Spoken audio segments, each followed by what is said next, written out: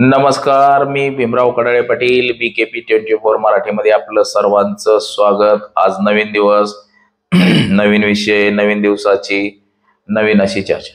आज चर्चा घेऊन आलोय म्हणजे महाराष्ट्राच्या मंत्रिमंडळामध्ये तसंच महाराष्ट्रामध्ये हनी ट्रॅपचा जो गोंधळ सुरू आहे, हा गोंधळ जे ह्याच्यामध्ये मंत्री अडकलेत किंवा अधिकारी अडकलेत ह्यांच्या मनामध्ये धाकधूक निर्माण करणारा आहे।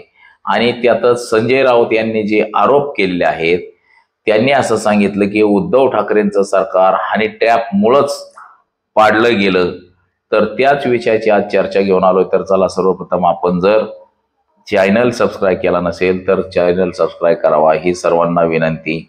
आणि चला चर्चेला सुरुवात करूया। बघा, महाराष्ट्रामध्ये 2022 साली उद्धव ठाकरे हे महाराष्ट्राचे मुख्यमंत्री बनले आणि मुख्यमंत्री बनले त्यानंतर मात्र त्यांना 2-2.5 वर्षे महाराष्ट्राचा कार्यभार पाहता आला। त्यात त्यांचा आजारपणाने 5-6 महिने घरातच गेले। अशा गोष्टी असताना बघा, ते घरात झोपून आजारी असताना महाराष्ट्राच्या म्हणजे त्यांच्या उद्धव ठाकरेंच्या मंत्रिमंडळातले 10-12 मंत्री तसंच 4 ते 5 खासदार आणि काही आमदार 20 ते 25 आमदार हनी ट्रॅप मध्ये अडकले। आता ही सगळी मंडळी हनी ट्रॅप मध्ये अडकली असा आरोप खुद्द संजय राऊत यांनी केला। संजय राऊत हे शिवसेनेचे प्रवक्ते आहेत आणि त्यांचा सकाळचा 9 वाजताचा भोंगा म्हटलं जातं, कार्यक्रम म्हटलं जातं। हा सकाळी 9 वाजता त्यांची रोज सकाळी 9 वाजता त्यांची पत्रकार परिषद असते आणि त्या पत्रकार परिषदेमध्ये त्यांनी असं सांगून टाकलं की हनी ट्रॅप मध्ये काही जणांना अडकवलं गेलं आणि त्यातूनच उद्धव ठाकरे यांचं सरकार पाडलं आणि हे सगळे पसार झाले। म्हणजे त्या हनी ट्रॅपला घाबरून सगळे पळून गेले। आणि त्यातच आता बघा, सभागृहामध्ये जे अधिवेशन सुरू होतं पावसाळी, याच्यामध्ये नाना पटोले आणि विजय वडेट्टीवार यांनी आरोप करून गोंधळ उडवून दिलाय।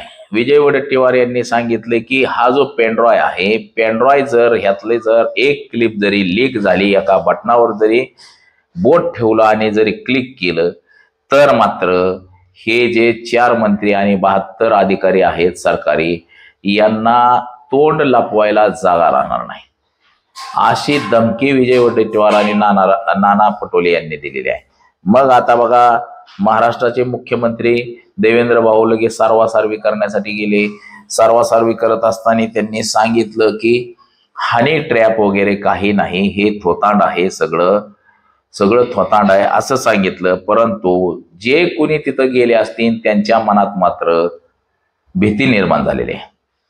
आता संजय राऊतांनी कालच सांगितलं की आजचा अग्रलेख वाचा सामनामधला, त्याच्यामध्ये आपल्याला बरंचसं काही दिसेल असं संजय राऊत यांनी सांगितलेलं आहे।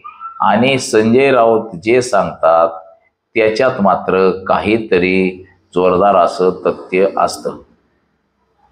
आता संजय राऊतांनी जे सांगितलेलं आहे त्यांची आता पुन्हा त्याच्यावरती पत्रकार परिषद होणार आहे आणि पत्रकार परिषदेमध्ये देखील ते बरंचसं काही सांगून जातील। संजय राऊतांचा आजचा सामन्यातला अग्रलेख जर आपण वाचला तर त्याच्यामध्ये सगळं काही सत्य कळेल। आता बघा, या हनी ट्रॅप मध्ये प्रफुल्ल लोढा यांना नाशिक पोलिसांनी अटक केलेली आहे।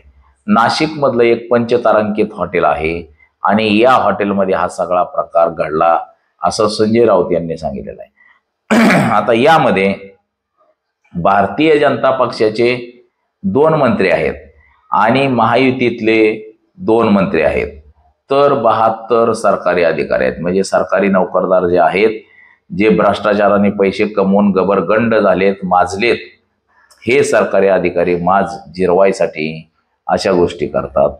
तर हे सरकारी अधिकारी देखील आहेत।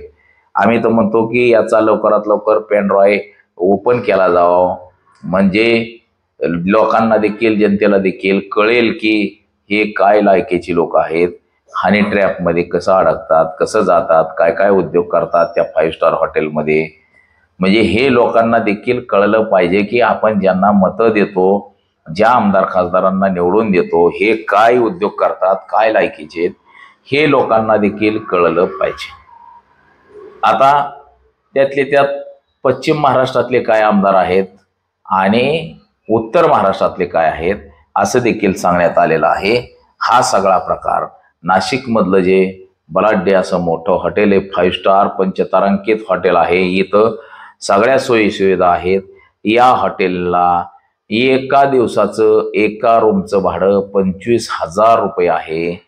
इतर बाकीचं तर विषय वेगळाच आहे. 2-3 हजार रुपयाला नुसतं राईस प्लेट असेल 3-4 हजार रुपयाला. म्हणजे सगळ्यात महागडं हॉटेल नाशिक शहरातलं, नाशिक जिल्ह्यातलं सगळ्यात महागडं हे पंचतारांकित हॉटेल आहे. आणि या हॉटेलमध्ये अशा पद्धतीचं हे कारनामे सुरू आहेत.